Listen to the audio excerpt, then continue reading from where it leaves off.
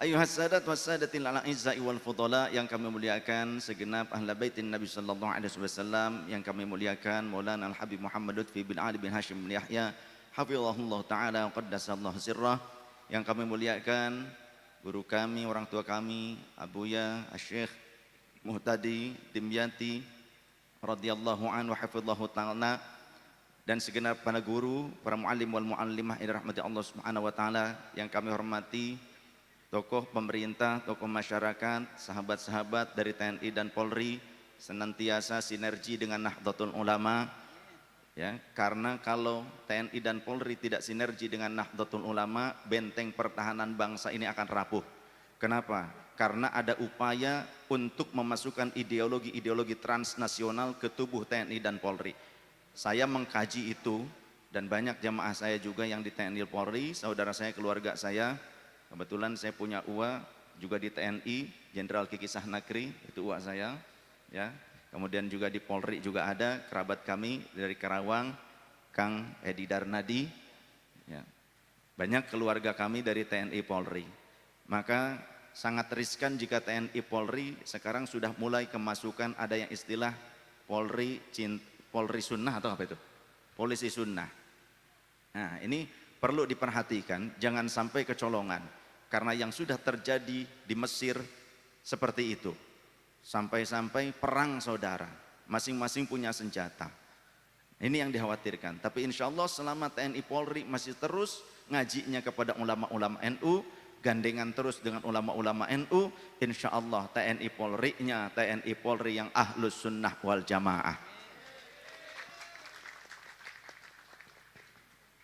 Yang kami cintai, yang kami banggakan, segenap panitia penyelenggara, dalam hal ini pengurus ranting NU Sukabumi Utara, Kecamatan Kebon Jeruk.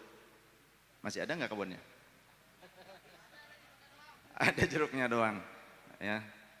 Bukan kebon jeruk berarti sekarang mah mall jeruk, adanya di mall, pasar jeruk.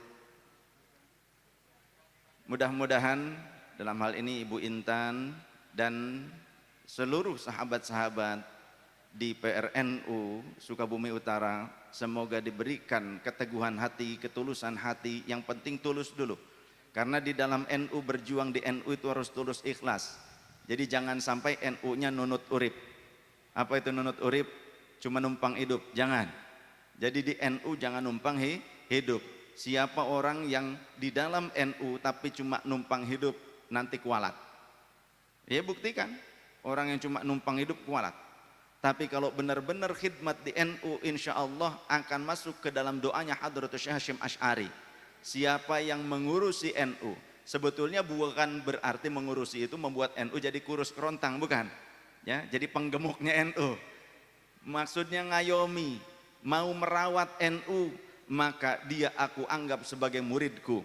Dan aku berharap, aku berdoa meminta kepada Allah agar seluruh murid-muridku akan diselamatkan beserta anak keturunannya dunia akhirat hingga wafatnya husnul khotimah. Doa Hadratus Syekh Hasyim Asy'ari.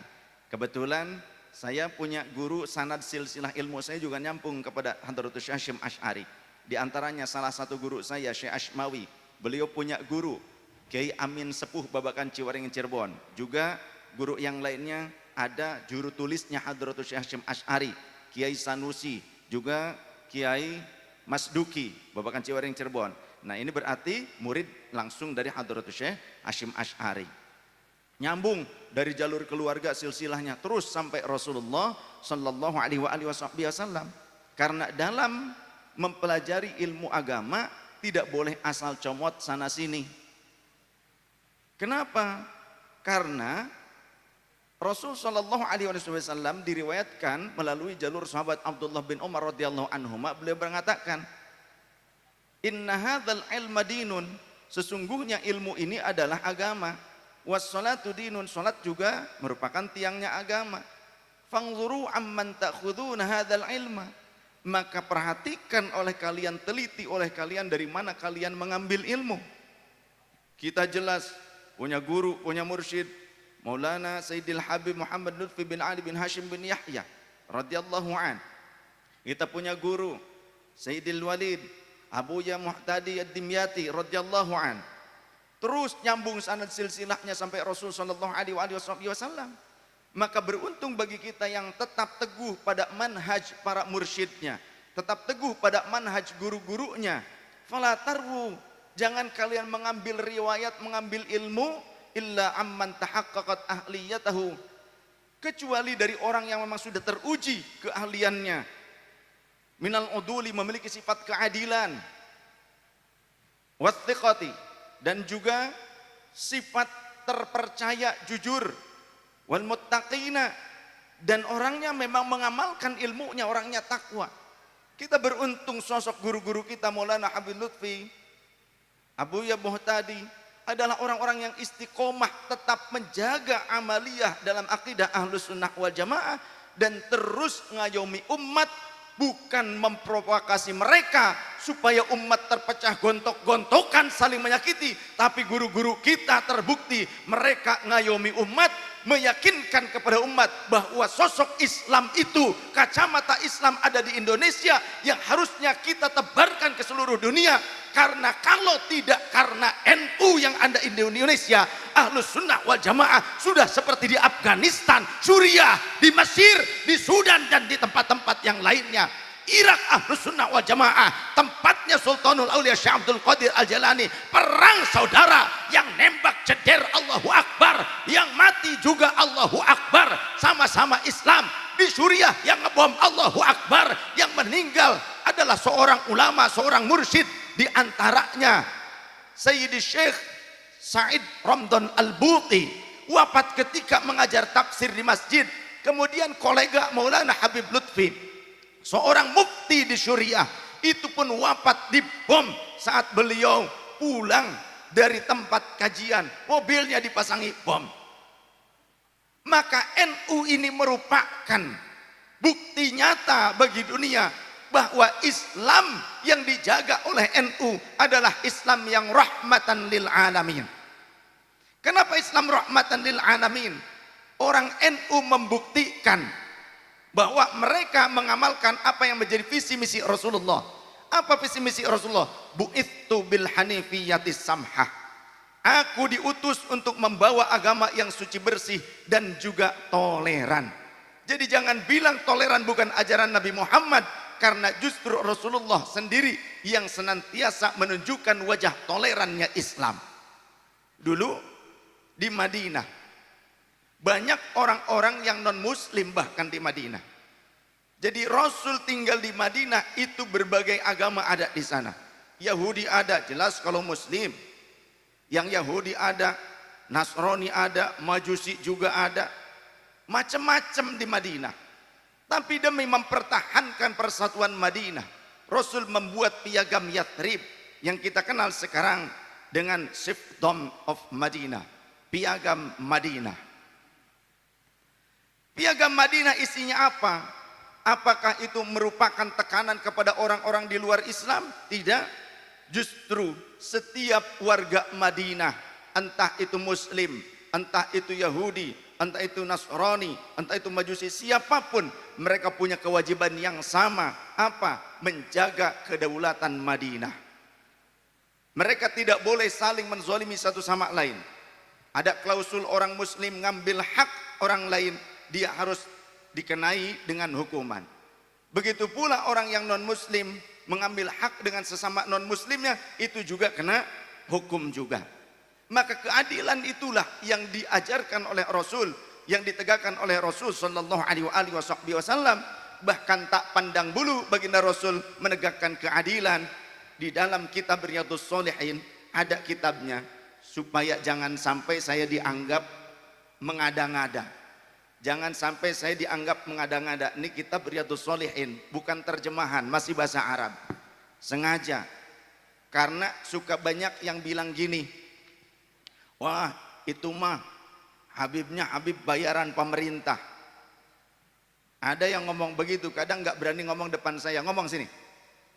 Ada yang mau berani ngomong gitu.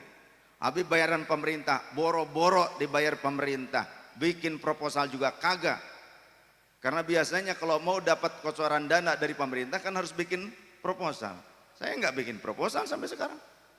Ya, sejak zaman sebelum Pilpres Pak Jokowi jadi pemimpin bangsa kita, saya sudah ngaji kitab ini dan sudah menyampaikan itu sejak presiden-presiden sebelumnya.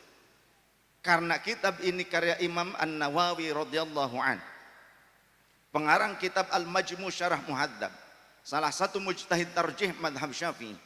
Dan Riyadhus Shalihin ini kumpulan hadis-hadis yang kuat, yang seyogyanya ini bisa dijadikan sebagai guidance bagi kita umat Islam.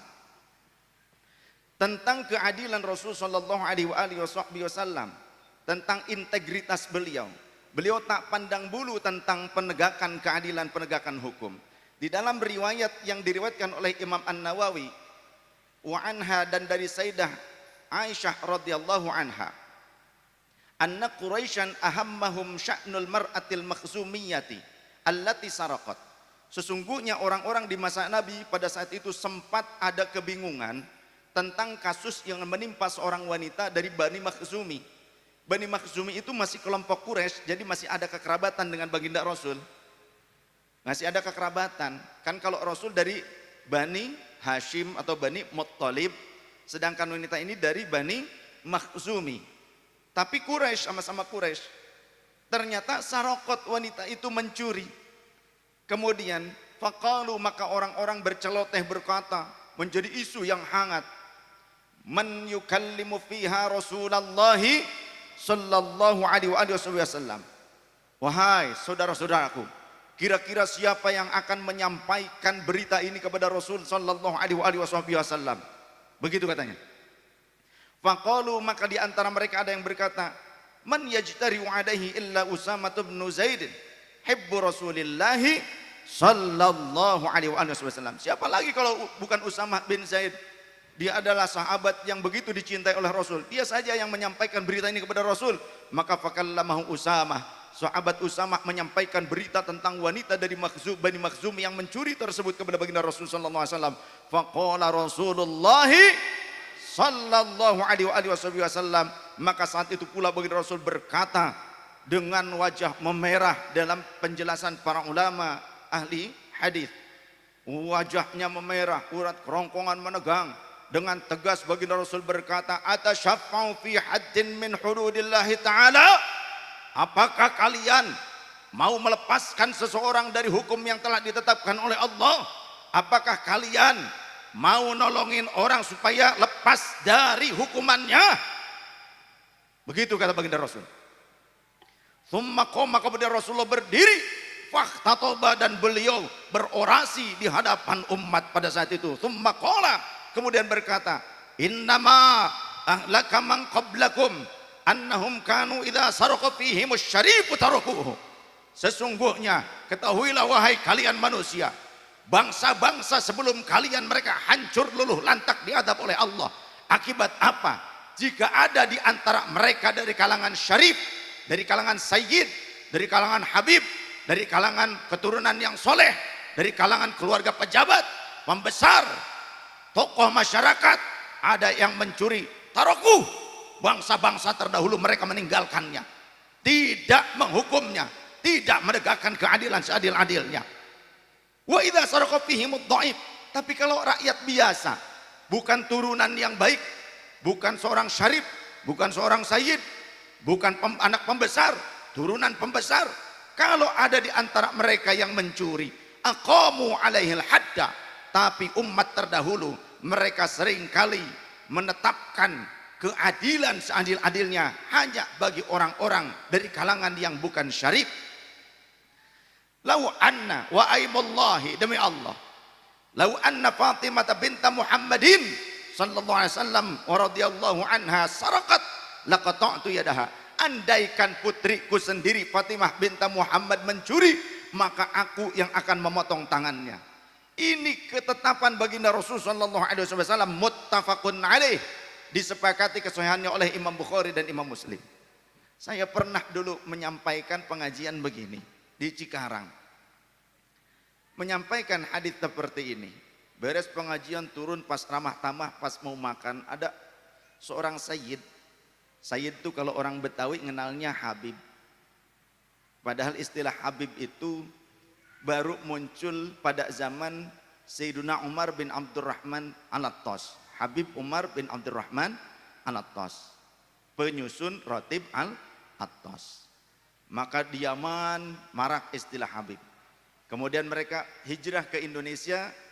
Di Indonesia tidak langsung mereka menggunakan istilah Habib karena belum familiar. Di Jakarta dulu dikatakan Nyawan, makanya ada dikenal Wan Abudnya. Kalau di Cirebon pakainya Syarif karena Kanjeng Sunan Gunung Jati adalah seorang sayyid Ahlul Bait Nabi, tapi karena menjadi raja dan pembesar tokoh di masyarakat beliau digelari Syarif. Jadi Syarif itu bukan nama, sematan gelar untuk beliau, namanya Hidayatullah. Sebagaimana ada di dalam kitab Asy-Syamsul Zahirah juz kedua, kitab tentang nasab yang dikarang, yang disusun 119 tahun yang lalu oleh seorang mufti tahrim yang datang ke Nuswantara untuk menjajaki Ahlul Bait Nabi dan mendata mereka, termasuk Wali Songo keturunannya. Maka Syekh Sayyid Hidayatullah diberikan gelar Syarif. Ayahnya pun Abdullah, Sayyid Abdullah diberikan gelar Syarif, jadi Syarif Abdullah Amatuddin. Adiknya Syekh Syarif Hidayatullah namanya Nurullah, maka kemudian diberikan gelar Syarif juga, Syarif Nurullah. Lantas kemudian kalau di Cirebon, karena ada sejarah itu, maka sebelum 10 tahun terakhir ini nih, ya, itu orang-orang di sana manggil Habaib Sayyid itu dengan panggilan Ayib. Di Cirebon tuh manggil Habib tuh Ayib. Makanya saya kalau di Cirebon juga dulu panggilnya Kang Ayib. Tetap pakai Kang. Saya punya guru Habib Muhammad bin Yahya, masih kerabat Abah Lutfi, disebut Kang Ayib Muh Jaga Satru. Ada lagi di Bawakan Ciwaring Cirebon, Syarif Hud bin Yahya, disebut Abah Ayib Hud bin Yahya. Jadi kalau di sana Ayib. Saya punya teman Abdullah, ya, Jamalul Lel, disebut Ayib Kacung. Ayib Kacung. Ya karena kalau orang Jawa cung itu kan, Kacung itu ujang gitu. Kemudian kalau di Sumatera dipanggilnya Sidi, diambil dari kata Sayyidi. Nah sebetulnya dulu zaman Rasulullah Sayyid, karena Rasul sendiri mengatakan anak sayyidu waladi Adam yaumal qiyamati wala fakhra. Aku ini sayyidnya, pemimpinnya seluruh manusia pada hari kiamat, tapi bukan tujuanku untuk menyombongkan diri. Kemudian ketika memangku kedua cucunya, Rasul berkata, innahuma la sayyida syababi ahlil jannah. Sesungguhnya keduanya merupakan sayyid, pemimpin bagi para pemuda ahli surga. Jadi sayyid. Kemudian ada istilah Syarif. Nah, Habib itu baru disematkan oleh Al-Habib Umar bin Abdurrahman Al-Attas qaddasallahu sirrah. Sejak zaman itulah mulai dikenal istilah Habib. Jadi kalau merujuk kepada hadis ini merupakan ketetapan Rasul Shallallahu Alaihi Wasallam dalam berbangsa dan bernegara. Jadi tidak ada pandang bulu penetapan hukum bagi siapapun. Walau kata baginda Rasul, andaikan putriku sendiri yang melakukan kesalahan atau mencuri, aku yang akan menegakkan hukum, aku yang akan memotong tangannya. Tapi wallahi Sayyidah Fatimah radhiyallahu anha adalah wanita suci, wanita solihah. Beliau bahkan oleh baginda Rasul dikatakan sebagai pemimpin wanita-wanita ahli surga. Tapi kalimat tadi menuntun kita pada kesadaran bahwa siapapun di mata hukum tidak ada bedanya. Tidak boleh ada ketimpangan di antara kita, khususnya dalam bermasyarakat. Jadi jangan sampai mentang-mentang kita turunan Rasulullah kemudian semena-mena kita berlaku di masyarakat. Betul? Mentang-mentang turunan Rasulullah kemudian kita seenaknya melanggar aturan hukum. Maka kalau ada yang melanggar aturan hukum, bagaimana?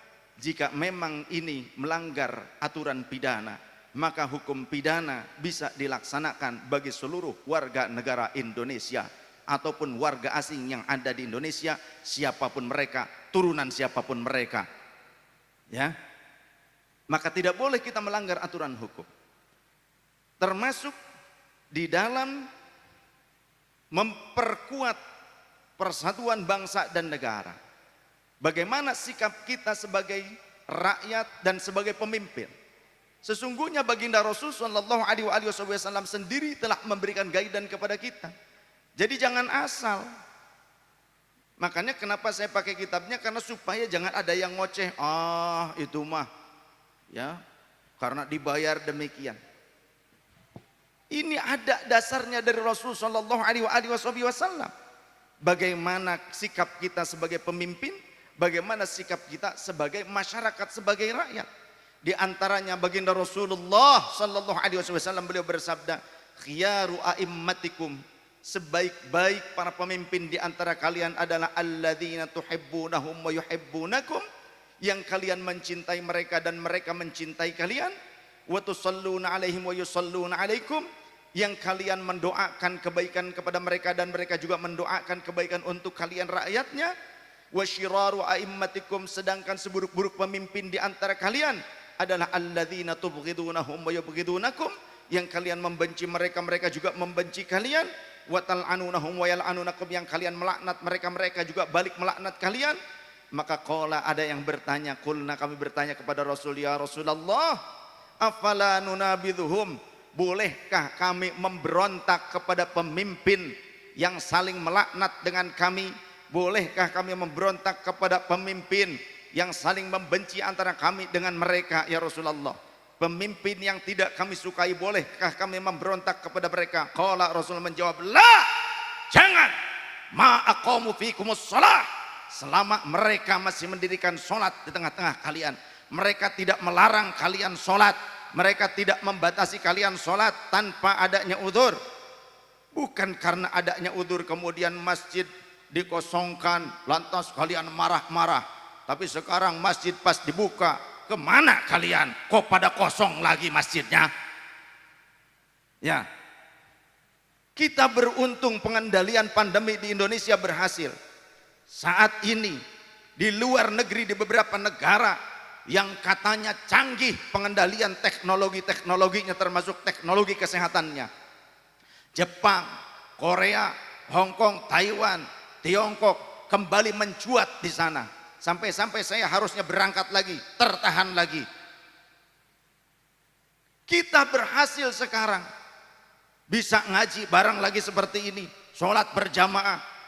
Jangan sampai kebencian kita menjadikan kita menjadi orang yang tidak berbuat adil. Pada saat pandemi meninggi, pengendalian diupayakan oleh pemerintah, masjid dikosongkan pada saat itu, kita marah-marah. Sekarang pemerintah membuka masjid, lu diam-diam aja. Ya, harusnya jadi bangsa yang bersyukur. Indonesia bisa mengendalikan itu dengan mudah. Walaupun memang susah payah dulu sempat, tapi dengan kurun waktu yang cukup singkat dibandingkan bangsa lain yang sekarang masih dalam kondisi tertatih-tatih menghadapi si koronong itu. Harus menjadi orang yang bersyukur. Oleh karenanya, andai pun memang itu merupakan upaya-upaya bangsa asing untuk mengendalikan dunia, maka tidak ada salahnya bagi kita berikhtiar untuk melawan upaya-upaya seperti itu. Jika kita tidak bersama-sama, bagaimana mungkin kita bisa keluar dari masa sulit dengan mudah dan cepat? Betul tidak? Harus bersama-sama. Jangan apa-apa dipolitisasi, selalu apa-apa dipolitisasi, apa-apa dipolitisasi. Sampai khutbah Jumat isinya caci maki, termasuk kepada pemimpinnya. Tapi bebas di Indonesia. Andaikan terjadi di Arab, di Saudi, Imam Masjidil Haram pada saat khutbah Jumat ditangkap oleh askar, di Indonesia bebas berkeliaran. Maka kami mendorong TNI dan Polri, tidak perlu takut Pak untuk menindak tegas mereka-mereka yang menjadi pengacau kebinekaan di Indonesia, mereka yang ingin mengacaukan persatuan dan stabilitas nasional Indonesia. Kami warga Nahdliyin siap ikut serta bela negara. Siapa kita? Pancasila, NKRI, Bhinneka Tunggal Ika, semboyan kita. Sallallahu Nabi Muhammad.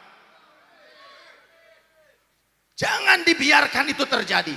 Karena perpecahan di negara-negara Islam yang kita saksikan saat ini, yang nembak, yang membunuh, takbir Allahu Akbar, yang terbunuh juga Allahu Akbar. Akibat apa? Apakah yang membunuh orang-orang kafir? Bukan, mereka mengklaim dirinya sebagai mujahid, mengklaim dirinya sebagai pembela agama, sebagai pejuang keadilan, tapi nyatanya mereka tidak sesuai dengan akidah dan ajaran Allah dan Rasulullah sallallahu alaihi wasallam.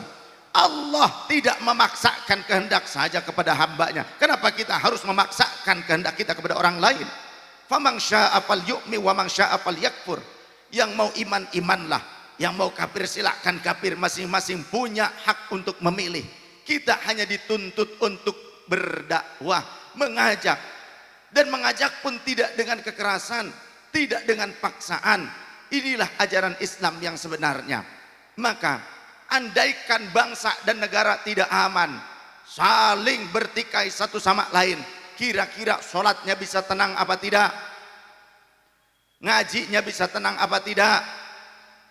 Syukuran harusnya di Indonesia tablik akbar bisa berjalan. Di Saudi belum tentu.